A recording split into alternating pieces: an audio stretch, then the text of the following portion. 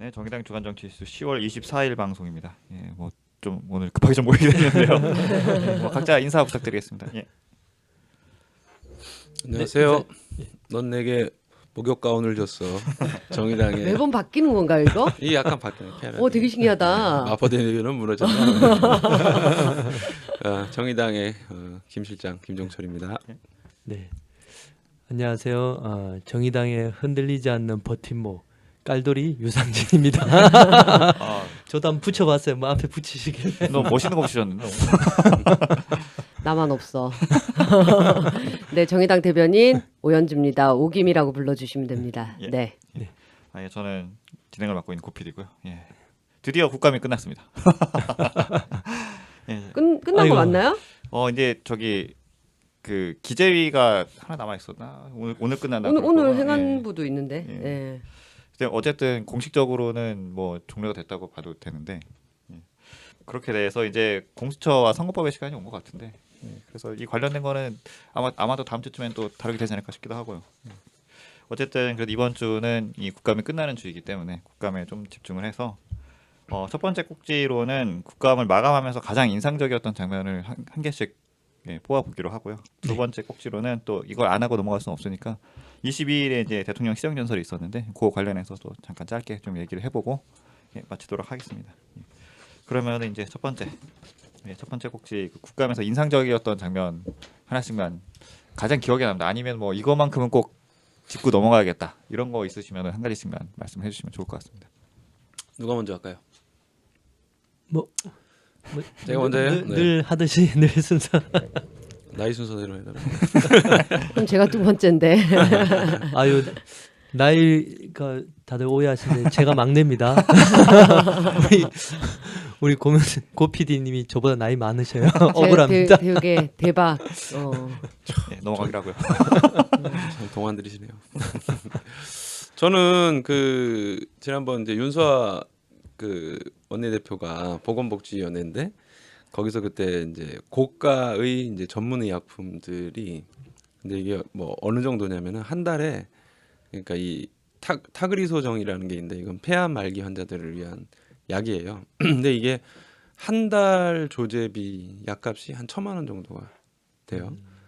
굉장히 고가이고 뭐 어떤 거는 이제 뭐 500만 원 넘는 것도 있고 뭐 이런데 문제는 이거를 이제 계산을 하면 그 이 타그리소 1,000만 원, 1,200만 원짜리 요거는 카드 수수료가 1.9%에서 24만 2천 원이 나오잖아요. 근데 이 조제비가 그때 기억나시죠? 16,000원. 네, 그때도 한번 언급하셨는데. 네, 예. 그래서 요거가 이제 가장 기억에 남는데 그래서 의료 현장에 이제 약국에서는 이게 카드 수수료가 조제비보다 더 많으니까 이게 문제가 돼서 결과적으로는 현금을 요구하거나 아니면 약을 갖다 놓지 않거나 막 이런 부작용이 생기기도 하고 생길 수 있다 이런 걸 지적했는데 거기서 뭐 끝나면 좀 재미가 없으니까 그래서 이 얘기를 추혜선 의원한테 얘기를 했어요. 우리 당 추혜선 의원한테 그랬더니 추혜선 의원이 맡은 데가 이제 정무위원회인데 정무위원회는 금융감독원, 재벌, 금융위원회 이런 데를 하거든요. 그러니까 카드 수수료라든가 이런 거를 관장하는 거예요. 그래서 그 금융위원장한테 요 사실 알고 있었냐 그랬더니 전혀 모르고 있었다. 그래서 네. 이게 좀 문제가 있으니 조치해야 되겠냐 그래서 연구해서 조치하겠다 오. 이렇게 답을 받아냈다.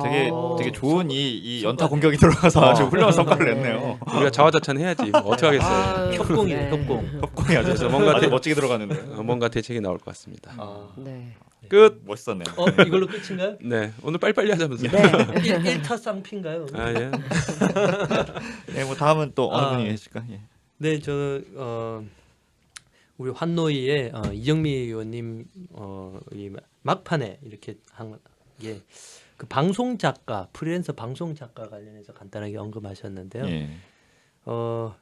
프리랜서인데 프리가 없다. 그러니까 자유가 없는 프리랜서. 이 방송 작가의 그런 업무 환경이라던가 그런 처우가 아주 열악한데요. 그 저기 이렇게 노동부 장관한테 이렇게 질의했어요. 그 상근하는 프리랜서 노동자를 본 적이 있느냐. 예. 그럼 방송 작가가 거의 네. 상근을 한다는 얘기네요. 그렇죠. 프리랜서인데 상근한다. 그래서 주급을 준다는 거예요. 주급 이제 45만 원 정도에서 거의 뭐 최저임금 수준인데 이럴 바에는 그냥 차라리 다 방송국에서 고용해서 고용을 해야 되는데. 직고용해서 월급을 주는 게 차라리 낫지 않나. 그러니까 그 프리랜서인데 방송 작가들이 프리로 이렇게 일을 안 한다는 거예요. 거의 뭐 하루 종일 매여 있기도 하고 거의 뭐 매일 출근하고 거의 상근하고 이렇게 하는데 이 부분에 대해서 문제 제기를 했습니다. 그래서 열악한 사대보험 이런 방송 것도 안 되겠네. 안될 그렇죠. 프리랜서니까. 당연히. 예. 그냥 뭐 원래는 뭐 이 회당 방송 회차당 뭐 방송 단위로 이렇게 계약을 한다고 하는데 실제로는 거의 뭐 출퇴근해서 그 고용된 상태나 마찬가지로. 저도 이 방송 작가 쪽에 이제 아는 사람도 있고 이렇게 비슷한 일에 한 반달에쯤 걸쳐본 적이 있기 때문에 대충 이 몇 년 전, 한 5년 전 정도의 상황이 좀 아는데, 그러니까 저게 그러니까 그 방송국에서 제가 알기로는 방송국에서 저거를 이제 직접 고용을 하지 않은 이유는 프로그램별로 작가가 따로라고 생각을 하는 거예요. 그러니까 A 프로그램이 있어서 작가를 B 프로그램에 그 바뀌면서 다시 쓰고 싶지 않다거나 이런 경우에 잘라야 되는데 네. 그게 안 되니까 그 직고용을 하게 되면은 계속 써야 되잖아요. 그래서 이제 방송국에서는 좀 부담을 느끼는 것 같은데, 근데 사실 그 방송 작가라는 사람들이 프로그램 하나에 매여 있는 사람이 아니거든요. 그 사람 시키면 다 하거든요.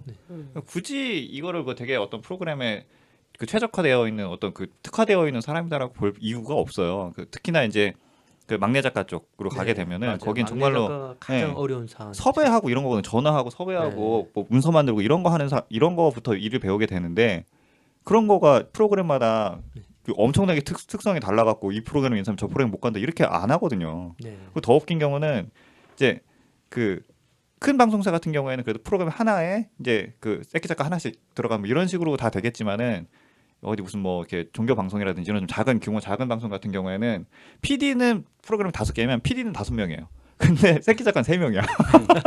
그러니까 이게 막 돌아가면서 하는 거예요. 이런 상황인데 이거를 직공을 안 한다. 이게 좀 문제가 심각한 거예요. 이건. 네. 그러면서 월급도 예전에 진짜 제가 한 5년 전, 10년 전 보면 진짜 완전히 새끼 작가 한 달에 50만 원, 60만 원 주고 일하라고, 이건 돈을 안 주는 거예요. 도제네.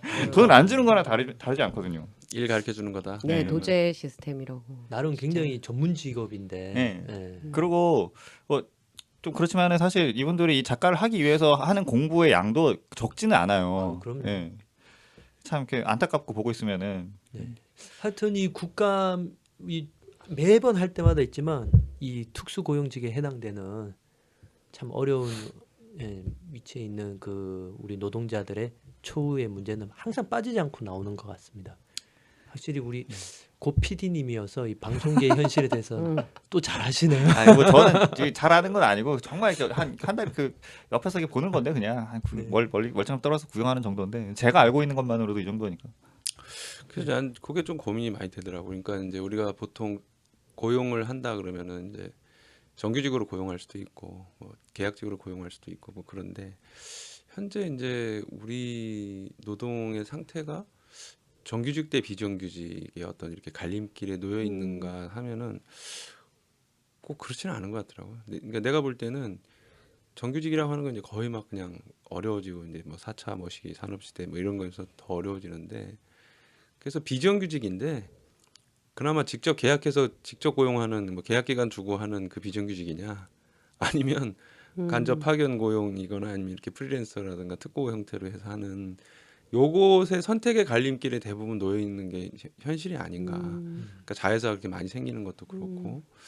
그래서 저는 약간은 만약에 그런 상황에 우리가 실제로 처해 있다면 그 정규직 비정규직 이거 이전에 직접 고용을 해라. 계약직이라도 좋으니 뭐 비정규직이라는 계약직이라도 좋으니까 직접 고용을 하고, 그럼 대신에 이제 뭐를 좀 뭐 따낼 수가 있겠다고 생각하냐면은, 비정규직이라고 하더라도 이제 정규직하고 비슷하거나 같은 일을 하면 차별을 둘 수는 안 되잖아요. 그러니까 차별금지라든가 네. 그다음에 처우, 그다음에 뭐 상여금 이런 문제에 있어서도 동일하게 대우하고, 아니면 뭐 다 어떤 나라들은 좀 더 높게 주는 나라도 있다고 하는데, 뭐 그런 것들을 통해서 권리를 좀 쟁취해 나가고, 그다음에 이제 노동조합 자유롭게 가입하게 하고, 뭐 이런 것들이 좀 검토돼야 될 시점이 아닌가, 좀 패러다임 상으로. 그 내가 이제 우경화됐다는 얘기를 되게 많이 듣는데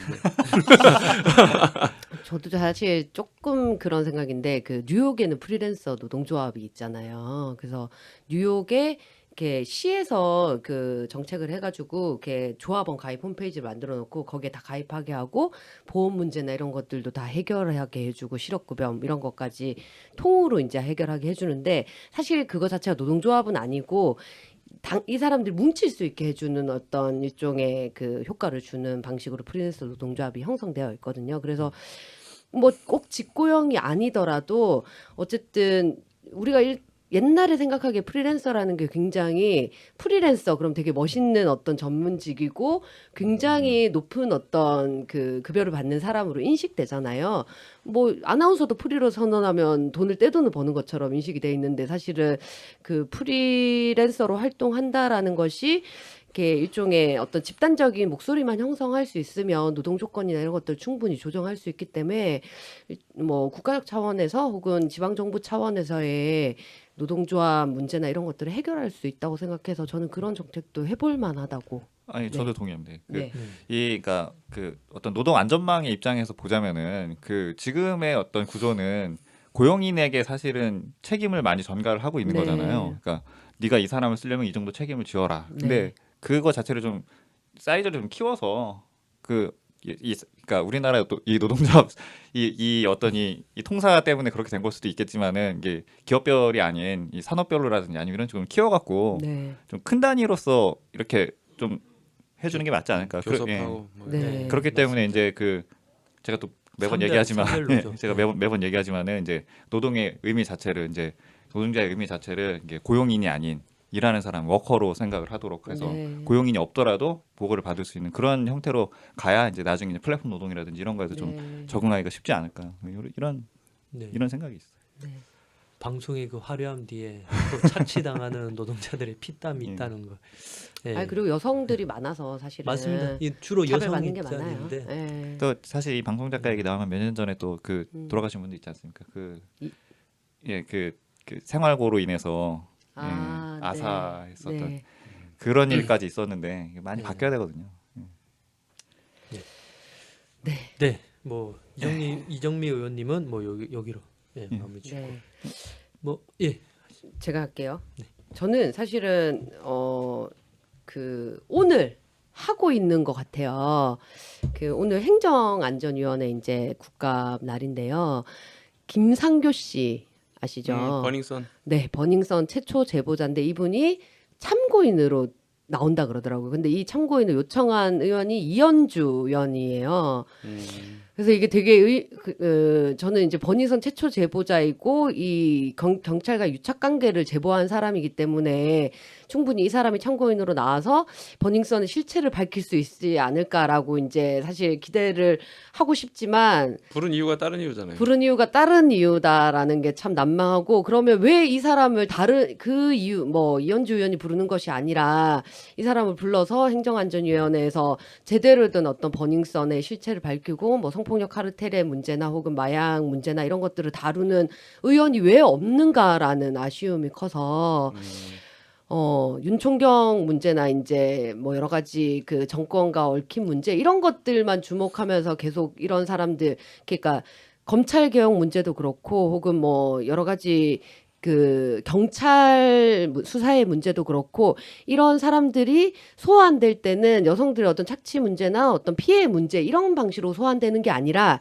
정권의 어떤 해를 입히기 위한 어떤 이렇게 문제로서 여성의 성이라는 게 이용되는 것이 아닌가라는 생각으로 좀 착잡한 마음으로 이런 일이 있다라는 거에 좀 주목하고 싶습니다. 네. 이따 한번 봐야 되겠네. 어떻게 되어 있는지. 네. 아마 그게 그 386 정치인들이 와가지고 이게 그 전 정권에 뭐로 연결이 돼야 된다. YG하고 뭐가 네. 이렇게 강요했다고 자기가 뭐 어디 기자회견을 그 기자들한테 얘기해가지고 부른 거죠. 네. 그 윤총경과 이제 그 조국 그 전 장관과 일정 부분 연관성이 있고 뭐 이런 것까지 다 엮여서 소환하는 걸로 그렇게. 네. 그림을 그리고 소환을 하는 거네요. 그러니까 이렇게 네. 이렇게 써먹어 달라라는. 네. 본인이 그렇게 인터뷰를 했어요. 그거를. 그러니까 왜 그런 식으로만 동원되는지 참 뭐 예를 들면 장자연 사건이 소환될 때도 조선일보 문제나 아니면 뭐 이런 것들로만 이제 타격을 주려고 주로 소환되기도 하고 그다음에 뭐 김학의 전 차관 같은 경우도 최근에 이제 그 윤석열 검찰총장 문제 때문에 다시 소환되기도 하고 뭐 이런 식으로 어떤 그 정권을 두고 어떤 세력 간의 다툼이나 이런 것들로만 소비되는 것이 아닌가. 그래서 결국 장학선 문제 자체는 피해자들의 목소리나 이런 것들은 전혀 들리지 않는 상황이 되어버린 것이 아닌가라는 생각이 들어서 사건을 그 사건 그 자체로 중대성으로 보고 이 수사나 마무리해야 되는데 다른 사건에 엮어서 늘 들춰진다 이거죠. 결국 네. 예를 들면 피해자는 없는 거죠. 이 사건 결국은 남는 건 피해자는 없는 거고 권력 다툼만 남는 거니까 네. 굉장히 심각한 게 아닌가. 이 문제를 파고드는 절실한 정치인이 없다라는 게 좀 아쉬운 이런 마음이 들더라고요. 네. 예, 뭐 계속 지켜봐야 될 문제이기도 해서. 네. 지켜봅시다. 또 뭐 김종대 의원님 이 국방위 같은 경우는 아주 핫한 일이 벌어졌는데 기무사 계엄령 아, 이거. 네, 이거 얘기하고 가야죠. 아유 이것 때문에 마지막 이 국감 막판에 그렇죠. 아주 핫 이슈. 예, 지금 핫 이슈가 됐습니다. 지금 이게 황 대표와 또 막 고소 뭐냐 고발까지 했죠. 네, 그래서 지금 또 다른 법적 다툼으로 또 이게 올라왔는데요. 군인권 센터가 이렇게 빵 터트렸습니다, 그죠? 그래서 군인 권센터야. 군센터. 군인권센터. 네. 군인권 전인권. 군인인권센터 뭐 이렇게도 상관없어요. 군인 권센터. 네. 네, 네, 네. 갑자기 할 말. 그 이게 이제 내란 음모에 해당할 그 지금의 이 민주화 시대에 계엄령을 계획했다는 게 그것도 이제 탄핵 이틀을 앞두고 아주 체계적으로 내 있어요. 뭐 국회의원 혹시 계엄령 해제할까봐 싸다리 잡아 집어 넣겠다는 그런 계획안까지 들어와 있는데 정말 경악을 금치 못할 일입니다. 그런데 여기에 이제 당시에 대통령 권한 대행이자 국가안전보장회의 그 주재자죠. NSC 회의 권한 대행을 맡고 있는 황교안 대표가 어떻게 이 사실을 모를 수가 있냐. 네. 네. 근데 사실 보면은 우리 그 지정 생존자 드라마 보셨죠? 안 봤습니다. 아, 못 보셨어요. 네. 거기 보면은- 일부만 봤어. 그래요? 보셨어요? 네네네. 거기 원래 환경부 장관이었던 사람이 이제 다 이렇게 사람 죽으면서 자기 차례에 혼자 살아남다 보니까 이제 권한 대행을 맡게 되는데 거기 보면은 그 NSC 그 회의 장소에 딱 들어가는 장면이 나와요. 하지만 그 권한 대행이지만 그래도 불구하고 거기서 이렇게 의장으로서 역할을 수행한단 말이에요. 예, 중단 결정은 반드시 이렇게 보고하고 하게 돼 있는데, 예.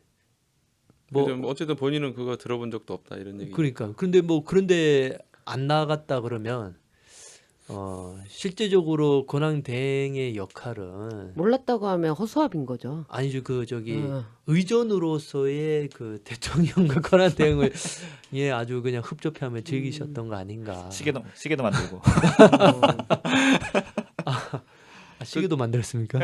저기 만들었잖아요. 대통령 권한대행 그 손목시계. 아 정말요? 그 짧은 순간에 진짜 저 사람 뭐냐고 진짜. 꼼꼼하게 그런 것도 챙기면서 어떻게 그 시계 나중에 가면 되게 레어템이 될 수 있어요.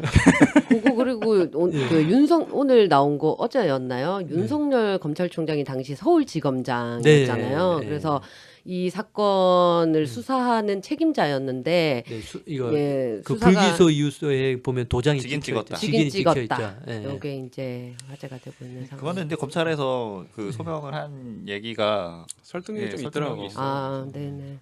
그렇지만 그 수사단에 또- 파견한 검사가 서울지검 소속 검사였고. 그래서 자기가 찍었다.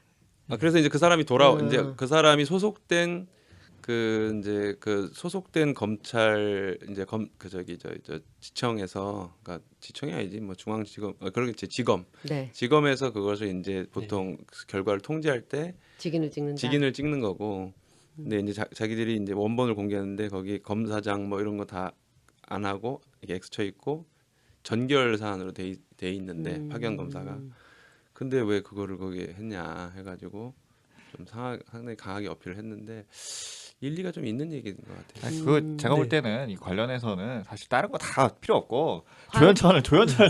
그렇지. 아, 그리고 사령관 걔 도망가. 잡아와야 아니, 돼. 조연천을 잡아야 잡아와야 됩니다. 돼요. 그러니까 네. 뭐 과거에 뭐 검찰 수사가 어땠든 간에 지금 다시 또 원본 새로운 문서가 나왔잖아요. 그러면 수사가 다시 진행이 돼야 되죠. 네. 그래서 조 전 기무사령관을 어디에 지금 숨겨놨는지 아니면 어디에 뭐 실종이 됐는지 빨리 네, 저 사람 잡아서 자백을 듣는 게 아니, 네, 미국에 잡아서. 있으면 잡기 쉬운 거 아니에요? 그래서 현재 상태가 기소 중지 상태인 것 같더라고. 음. 뭐 불기소가 아니고. 네. 그리고 황교안 대표도 참고인으로 돼 있었지만 참고인 조사를 하지 않았습니다. 그래서 그런 부분 또 빨리 다시 검찰은 검찰대로 다시 재수사가 들어가야 되고 우리 김종대 의원님은 국회가 국정조사를 해야 된다. 네. 이 국회의원들을 다 싸잡아 넣겠다고 한 문서가 나왔는데 국회의원들이 가만히 있으면 되겠습니까, 그죠? 네, 네, 빨리 국정조사를 해서 약간 분명한 사실관계를 파악해야 됩니다. 저는 이 조연천 전 사령관이 참 오래 살아 계셔라 이 말씀을 공개드리 절대 돌아가시면 안 된다. 와서 진실을 밝히시라. 참 자신의 목숨을 참 소중히 해야 됩니다. 네, 이거는 뭐 쉽게 사그라들거나 이러진 않을 것 같아요. 네. 네. 큰 사안이라고 하마터면 생각합니다. 뭐 홍콩 사태보다 더하는 일이 그러니까 대한민국에 벌어질 뻔했습니다. 군사 쿠데타 일어날 뻔한 거 아니에요. 네. 그 관련해 갖고 큰일 나네. 그 이걸 갖고 만약에 이게 사실일 경우에 처벌을 할 수 있느냐 막 이런 말들도 네티즌 사이에서는 있어요. 근데 하지도 않았는데 뭘 처벌을 하느냐. 헐. 하지만 그런 음모를 음모를 했다고 내란 음모죄예요. 내란 음모를 네. 했다고 구속이 돼서 의원직이 날아간 사람이 있습니다. 물론 있죠. 예. 예, 이석기. 예, 이석기 전 아니 의원이. 지금 통진당은 또, 해산도 예. 당했잖아요. 그렇죠. 당 어. 해산까지 이 당한 사례가 사람들. 있기 때문에 네. 그거 주도한 게 저기 황교안이지. 황교안이야. 자기 자서전에 네. 그러니까. 가장 길게 썼을 때 있어. 그 네. 요즘에 그래서 그 인터넷에 대박. 그 짤방도 돌아다녀요. 그 뭐라고 나와 있냐면은 그 기무사 내란 처벌 가능할 것 같냐 실제 실행도 안 했는데 이게 제목이에요. 그 아래 네. 글을 딱 클릭해 보면은 그 이석기 전 의원 사진이 있고 라는 판례가 나올 가능성은 나 이석기가 없애버렸으니 안심하라고 아 그런 짤방도 이런 짤방도 돌아다녀요. 웃을 일이 아닌데. 좀 마음이 아프다. 마음이 웃을 일이 아픕니다. 아닌데. 어쨌든 이거 되게 큰 일이다. 이거 잡히면 처벌해야 돼. 그럼요. 이거에 대한 중차대한 이 문제 인식은 황 대표가 더더욱 잘 알고 있겠네요. 아니 그리고 네. 기무사 계엄령 문건 작성하는 것과 이 어디 모여가지고 얘기하는 것과는 차원이 다른 얘기예요. 뭐 지방에서 모여가지고 뭐 이렇게 했다는 거하고는 천지 차이죠. 이건 뭐 무게가 그리고 사실 다르다고 그- 생각합니다. 그 예전 그 통진당 사태에 비교해 보면 그건 정말로 그냥 네. 예 사실 이거 뭐 물론 해석하는 사람에 따라 다르게 하지만 뭐 이 정도의 일이 아니잖아요. 외국의 예. 장난감 총 예. 개조하면 세게 나갈 수 있다. 뭐 이런 얘기. 예, 그러니까 음, 이 정도의 일이 아니죠. 이거는 실제로 군대를 움직이는 사람들이 그럼요. 자신이 실행할 수 있는 네. 계획을 짜는 건데 이건 뭐 차원이 다른 일이기 때문에 조사를 해야 돼 확실하게. 네. 네, 이런 일들이 이상입니다. 있었습니다. 예. 저도 뭐 짧게 뭐 하나 얘기를 할까 싶은데 시간이 너무 많이 지나고 그 되게 숫자만 제가 얘기를 해드리자면은 제가 이걸 뽑은 이유는 숫자 때문인데 13,046이라는 숫자예요. 13,040. 예, 13,046 이게 뭐냐면 이게 되게 큰 단위잖아요. 뭐 어떻게 생각하면 근데 이게 되게 비범한 숫자인 게 그 여수의 그 산단이 있지 않습니까? 여수 GS 칼텍스 있는 그 산단이 있는데 거기에 이제 이정미 의원님도 거기 이제 산단에서 대기 오염 그 가스 그 배출했던 거 그게 이제 그 솜방망이 처벌됐다 1,400만 원 나오고 그거 이제 그 질의하신 적이 있는데 그거 안에 내용이 파고 들어가 보니까 그게 있어요. 이 13,046이라는 게 뭐냐면 여수 산단에서 4년 동안 그 환경오염 측정 업체에서 조작을 한 건수예요. 4년간 조작을 한 건수가 4년 동안 13,046건 조작을 한 거예요. 그러니까 이게 하루에 무슨 하루에 10번 정도는. 그러니까 이게 그러니까 계산 빠르시다. 되게 여러 가지 뭐 항목을 조사를 하기 때문에 뭐 하루에도 뭐 이렇게 뭐 수십 가지가 될 수는 있는데 근데 그래도 4년 동안 13,000건이 넘는다는 거는 제대로 된 조사는 없다라고 봐도 되는 게 아닌가 싶어요. 그 조작을 안 한 데이터는 없다. 그 측정 업체가랑 예. 같이 짜고 예, 했다는 그래서 거네요, 그죠? 예. 이런 문제가 왜 생기는가 했더니 그러니까 측정 업체 자체가 그 산단에 어떤 좀 종속되어 있는 형태인 거예요. 산단이 있어야 존재할 수 있기 때문에 그렇기 때문에 그 측정 업체 자체가 그 산단에 있는 어떤 특정 회사에서 뭐 이렇게 맞습니다. 퇴직한 사람들이 차린다거나 아니면 뭐 친인척이 차린다거나 많은 사람 차린다거나 이런 식으로 해서 유착 관계가 좀 되게 심한 편이고 그렇지 않다 하더라도 일 자체를 산단에서 주는 일을 받는 상황이기 때문에 독립적일 수가 없다는 거예요. 그렇기 때문에 아주 쉽게 조작이 되는 거예요. 말만 하면. 그 이렇게 쉽게 조작이 되는 상황에서 미세먼지를 논했다니 참 그렇죠. 안타깝네요, 그죠? 네. 이 관련해 갖고 그래서 그 이용주 의원이 환노위에서 그 제스칼텍스 그 대표이사를 증인으로 채택을 해서 부르려고 했어요. 근데 그러다 막판에 3일인가 놔두고 이렇게 취소를 했는데 그것도 생각해보면 좀 이상한 거죠. 이용주 의원, 왜? 이용주 의원 참. 네, 그게 무슨 이용주 의원실에서 말을 하기로는 그 사람이 해외에서 출장 그 일정이 잡혀 있어갖고 못 부르게 돼서 그냥 취소를 했다 이렇게 했는데 이제 그 사람 이제 해외 출장 갖고 출장이 아니라 이제 골프 치고 있는 거 사진 이렇게 나오고. 아니 왜 리얼돌 네, 그 얘기 하고 싶었는데. 리얼돌하고도 무슨 네. 리얼돌 업체랑 무슨 관계가 있냐? 아니 리얼돌은 불러다가 안 어떤 치면서 직접 왜 관계가 있냐, 그래. 그왜 뭐 증인은 불러다 보다 그래서 그 더군다나 그 GS 칼텍스 그 저기 대표이사가 지금 이름이 뭐였더라? 약간 그분이 지금 거기 GS 허세영 대표이사인데 이 사람이 이제 GS 그 사세예요. 그 처음 사세인데 그래서 승계 작업이 지금 막 진행이 되고 있다고 하더라고. 그래서 막 그 우호적인 보도, 좋은 보도들 같은 거 막 내고 있는 상황인데 국감장에 나오면은 좀 이미지 깎일까봐 나오고 싶어 하지 않았던 거는 거의 확실해요. 근데 그것을 이용주 의원 왜 증인 신청을 했다가 자기 지역구라서 했다가 왜 지역구 주민들이 반발을 해야죠 이건. 그래서 진짜. 지역구에서는 그 반발 기사도 있어요. 이용주 의원 왜 그 신청했다가 왜 실망스럽다고 이런 기사 나오고 했어요. 실망스럽네요. 진짜 실망스럽네요. 네, 좀 재밌는 얘기 할까요? 예. 그 이제 이거랑 약간 맥락이 다른 얘기인데 이제 국회에 보면은 이제 기업들에서 국회의원들이라든가 국회 자체를 대상으로 해서 이제 그러니까 관을 상대로 하는 어떤 기업 책임자들이 있잖아요. 홍보 책임자나요. 네. 이걸 이제 보통 대관 네, 업무라고 대관 업무 하는데 얘기 들어보니까 국정감사할 때는 이 대관 업무 당사자가 보좌관한테 우리 대표를 좀 증인으로 신청해달라 이런다는 거예요. 왜? 대박. 그럼 뭘 이유를 붙여서 하고 그러면 그걸 보고를 하잖아요. 그러면 야 그것 때문에 내가 나가야 돼. 막 이래. 그 다음에 취소시켜 주는 거예요. 아 제가 이렇게 취소했습니다 이렇게 그런 사례들이 있다는 자신의 거예요. 능력을 과시하는 거네. 아 회장님 제가 이번에 그 제가 막아냈습니다. 그 충분히 가능한 일이에요. 야, 생각해보니까 야. 진짜. 그게 대관 업무하는 사람들이 다 사실은 그 보좌관이나 비서관 출신들이잖아요. 그 의원 저기 회관 한번 찍고 갔던 사람들이기 때문에 병 주고 약 상여금 주고인가요? 모르죠. 그건. 근데 어쨌든 이것이 이제 국회의원들이 어떤 증인을 신청해서 이제 망신주기를 해가지고 그걸 워낙 많이 보니까 이런 게 별의별 효과를 다 만들어내는 것 같더라고요. 야 대단하네. 야, 그런 꼼수가 있었네. 아 근데 이번에 물론 싹다 내가 이제 들었는데 나 이제 한 몇 번 들었어요. 그래서 내가 야 이게 이런 게 진짜 존재하나 보구나. 뭡니까? 그 완전- 본인은 또 회사 가서 그 회장님들한테 얼마나 이쁨을 받겠어. 그래 네가 최고다.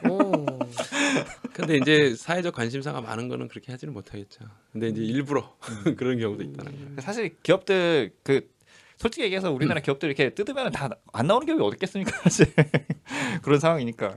근데 이번에 국감에서 보좌관들의 그 저기 어려움을 토로하면서 이번에 국감이 조국으로 시작해서 조국으로 끝나면서 보좌관들이 준비한 게 상당히 많았대요. 이번 국감에서 이걸 반드시 우리 의원님을 마지막이니까. 통해서 네. 이걸 꼭 해내겠다고 이렇게 정말 열심히 노력해가지고 준비해 놓은 것들이 많은데 그걸 제대로 못 써먹어서 정말 그 마음이 안 좋겠죠. 너무 안 좋았다. 네. 보좌관들은 그 열심히 준비했는데 많았다고 사용 못하면 합니다. 뭐 네. 허무하죠. 네. 그래서 이게 그 자기 영감님들에 대한 불만이 그 여의도 대나무 숲에 막 쓰고 그 페북에 가면은 그 대나무 숲 페이지가 있는데 거기에 이제 우리 의원은 질문을 써줘도 이해를 못한다. 내가 이러려고 보좌관이 됐나 할 사실 만큼, 예. 그게 이것도 한 예가 있는데 그 저기 뭐야 그거 있었잖아요. 그 왜 저기 윈도우 MS 오피스에서만 사느냐. 그거가 질문이 잘못된 게 아니었다고 하더라고. 왜? 전체 맥락을 다 들어보면 그 지적을 할 만했대요. 그러니까 약간 그 무슨 그러니까 경쟁 입찰을 안 하고 뭐 그런 식으로 돼갖고. 그러니까 그러니까 그 유통사에 뭐 이런 게 있나 봐요. 그래서 질문을 할 만한 아, 예, 근데 그 대리점에서 질문 자체가 살 수 있는- 잘못됐다. 질문을 네네네. 할 만한 거리가 됐었는데 네. 그 이은재 의원이 좀 말을 좀 잘못한 거예요. 그걸 이해를 예, 못했구나. 이해를 제대로 이해를 못해갖고 못한 왜 거구나. 윈도우를 네. MS 그 마이크로소프트에서만 사느냐 뭐 이렇게 음. 질문을 잘못해갖고 이제 그걸 복구할 시간도 없이 그냥 이렇게 터져버린 거죠. 그 MS 워드 말고 한컴 워드도 있는데 왜 그거 안 쓰냐 이 말인가요? 아니 그러니까 그 살 수 있는 뭐 루트가 좀 다른 데도 있는데 아, 뭐 이게 특정 이제 루트로만 사서 수입 예, 대행 예, 업체를 그랬던 이 거가 업체 말고 다른 정확하진 업체로 할 않은데 수 그래서 있는데. 그 전체로 보면은 질문을 할 만한 질문이었다고 하더라고요. 네. 네. 하여간 안타깝네요. 이은재 의원 지금 소명기인가요? 소명이 아니라 두 번 죽이는 거지. 이게 작년 일이긴 한데 네. 근데 그것 자체도 구분을 못했을 거예요. 예, 그래서 참 이 호흡이 좀 잘 맞아야 되는데, 그러니까 이게 무슨 문제냐면 의원이 그 국회의원들도 사실 자기가 관심 있는 분야 좀 전문적인 분야가 있고 아예 그냥 모르는 분야도 있을 사람인데 그거 어떻게 다 알겠어요. 네, 그럼요. 좀 나눠져 있는데 그게 좀 호흡이 좀 잘 맞고 자기가 맞는 상임위에 가야 이게 시너지가 나는 건데. 네. 자, 저희 뭐, 예. 그리고 짧게 네. 네. 진짜 짧게. 짧게. 예. 그 22일 대통령 시정연설이 있었는데 네. 예, 뭐 주요 내용은 이제 뭐 그 이제 재정을 확대해야 된다 이런 거 얘기를 하시면서 공정성 얘기 이런 것도 말씀을 하셨는데 뭐 총평 정도 해주시죠 짧게 어떻게 보셨는지. 저는 뭐 네 가지를 생각했는데 그냥 짧게 얘기할게요. 확장 재정을 이제 대단히 강조했는데 바람직한 방향이다. 하지만 조금 일찍 되었으면 더 좋았을 뻔했다. 이런 생각이 좀 들고 원래 위기가 다가오면 좀 선제적으로 대응하는 게 더 필요한데 이제 좀 그 대응하는 게 좀 아쉽긴 하고 그리고 사실은 작년도 예산 증가율이 한 9.5%인데 올해 이제 예산 증가율이 9.3%라고 그래요. 그러니까 그렇게 많이 늘린 건 아니에요. 이 예산이. 확장 재정한다고 얘기는 했지만 예, 그래서 이제 그 물론 그 물꼬를 튼 건 다행이지만 좀 더 과감한 조치가 필요하지 않나 뭐 이런 말씀드리고 그다음에 우리가 다 알고 있는 정시 확대가 느닷없이 나왔다. 그러니까 교육부 장관 이은혜 장관도 정시 확대 막 이렇게 하는 건 그거는 이렇게 아주 세게 검토하지 않고 있다라고 얼마 전에 얘기했는데 갑자기 그 문 대통령이 얘기한 걸로 봐서는 장관하고 청와대하고 지금 말이 안 맞는 거죠, 그죠? 그러니까 그리고 교육 문제에 대해서 좀 문재인 정부도 그렇고 대통령도 약간 현장하고의 소통이 없는 거 아닌가 싶어요. 왜냐하면은 그렇죠. 일선 교육 현장 이제 제가 이제 이 문제로 교육 이제 교사하는 사람하고도 통화를 해봤는데 일단 막 멘붕이 왔더라고요. 아, 이 10년 동안 이제 예전에 그 입학사정관제 그런 거 이제 막 다 고치면서 부모 영향력 없애고 학교에서 계속 어떤 세부 능력, 특기 능력, 그 세특이라고 하거든요. 세부 뭐 이런 걸 해가지고 계속 그 뭔가 이렇게 뭘 이렇게 자기 소개를 할 때도 좀 제대로 하게 할 수 있게 하고 이런 걸 다 일선 교사들이 하고 있는데 갑자기 이렇게 가니까 완전히 자기들은 멘붕이고 지금도 그 수능으로 방향을 딱 일단 누군가 틀으면은 학교에 안 나오려고 그런다는 거예요. 그렇잖아요. 자기가 이제 내신이 낮고 그러면은 학원 그럼 가야지. 학원을 가야 요즘 되는데 강남 집값이 들썩들썩 한다잖아요. 그러니까 그래서 실제로 이렇게 학교에서 이제 한 20명 내 30명 모아놓고 이렇게 가르치는 것보다 이제 돈을 좀 더 많이 내면은 유명 학원에서 이제 소수 정예로 해서 이렇게 할 수 있는 게 훨씬 더 문제풀이 시간도 많고 아주 이렇게 하는데 당연히 글로 쏠릴 수밖에 없고 그거에서 이제 이 수능 차이가 엄청나게 나는데 왜 그걸 늘려가지고 학교 현장을 붕괴시키느냐 이게 이제 이 친구의 얘기였고 또 교장 선생님을 하신 분이 이제 하고 통화를 해봤는데 만나서 얘기도 여쭤보고 했더니 이분이 말년에 강남에서 한 2개 학교에서 교감 교장을 했었고 강북에서도 마지막에 이제 교감을 하시고 경기도에서도 한 번 하셨어요. 근데 이분이 말하는 특징이 뭐냐면은 정시 있는 자기 늘리는 거 절대 반대한다고 그러더라고요. 그래서 왜 그러세요? 했더니 학교에서 이제 애들이 보면 능력상 차이가 이렇게 크게 나지는 않아 보인다. 왜냐하면은 이제 어떤 과목에 대해서 이제 특별 활동이라든가 세부 창의 활동할 때는 애들이 얘기를 들어보면 되게 똑똑하고 기발한 것도 많고 되게 열의를 갖고 하는데 그럼 뭐가 가장 차이 나니까 수능 점수는 그렇게 차이가 난다는 거예요. 수능을 딱 보면은 이 차이가 엄청나게 벌어진다는 거예요. 그래서 그 원인이 뭘까요? 아무리 봐도 사교육. 왜냐하면 그 교사들이 다 공립교사 이렇게 돌기 때문에 네. 이 교사들 역량이라고 볼 수도 없고 결과적으로는 사교육 차이가 이것을 만들어낸다. 그리고 뭐 강남이 일단 교육 환경이 좋으니까. 근데 이런 상황에서 정시를 더 확대하면은 그게 훨씬 더 이렇게 그 힘을 뻗치기 때문에 공교육도 붕괴되고 그다음에 돈을 통한 사교육이 더 강하면서 자기는 본인은 절대 반대하신다고 하더라고. 그 교장 선생 그에서 말씀하시기를. 그래서 이제 그리고 신뢰가 가고. 근데 왜 갑자기 문재인 대통령이 이렇게 했을까? 그래서 저는 문 대통령이 교육 문제에 대해서 사실은 관심이 좀 적으셨다. 그리고 깊은 고민이 없었다라고 냉정하게 생각할 수밖에 없어요. 근데 아니 교육 문제에 관심이 본인이 없는 거랑 저는 좀 무관하다고 생각해요. 그러니까 있을 수밖에 없고 한국 사회 교육이 핵심이기 때문에. 근데 약간 이 조국 장관 사태를 지나오면서 스텝이 꼬인 게 아닌가 이런 생각이 좀 들어서. 근데 저는 좀 그렇게 약간 다르게 생각하는데 네. 왜냐면은 원래 이렇게 리더는 자기가 잘 알고 네. 현실 그 현상도 잘 알고 대책에 대한 철학도 있으면은 네. 그걸 힘 있을 때 밀고 나가거든요. 네. 대부분 다 그랬잖아요. 네. 뭐 음. 김대중 저 DJ는 그렇죠. 저거 남북 관계 YS 김대중 군대 문제, 대통령도 군 문제. 그 복지 정책 추진할 때 본인의 철학이 더 셌거든요. 다들 그 참모진들이 반대할 때 본인이 밀어붙였으니까. 그러니까 자사고 특목고 네. 폐지한다고 대선 해놓고 김상곤 장관을 앉혔는데 김상곤 장관 계속 해도 안 돼. 이거는 뭔가 리더가 이렇게 계획이 잡혔죠. 그럼 우리 애초에 계획했던 대로 갑시다. 그게 혼란을 최소화하는 거고 좀 처음에는 게 반발이 있어도 이렇게 간다. 이런 게 있어야 되는데 그게 한 번도 안 됐잖아요. 저도 그 동의하는 게 문재인 대통령이 그 지금 이렇게 뭐를 연설문인가 써준 거에 대한 내용에 그 모르고 읽은 건지 아니면 고민이 없이 그냥 읽은 거 아닌가. 왜냐하면 교육 문제 같은 경우에도 이미 그 문재인 정부의 그 교육 혁신의 핵심은 그 고교 학점제라고 이미 공약에 이렇게 내세운 게 있어요. 대선 때. 이거 고교 학점제 자체는 결국 정시를 축소할 수밖에 없는 거거든요. 이게 이제 이런 한 줄 세우기라는 이런 정시를 폐단을 없애고 이렇게 아이들 특기와 적성과 흥미에 따라서 자기들이 맞춰서 이렇게 수업을 들어서 하는 건데 이 취지대로 이게 이제 미래형 이제 교육 방침이라고 이제 국정 철학을 정해놓고 이렇게 갔는데 그거를 이제 갈아엎는다는 거는 본인 스스로가 이 정시 뭐 이런 거에 대한 별로 이렇게 고민할 개념이 없지 않았나.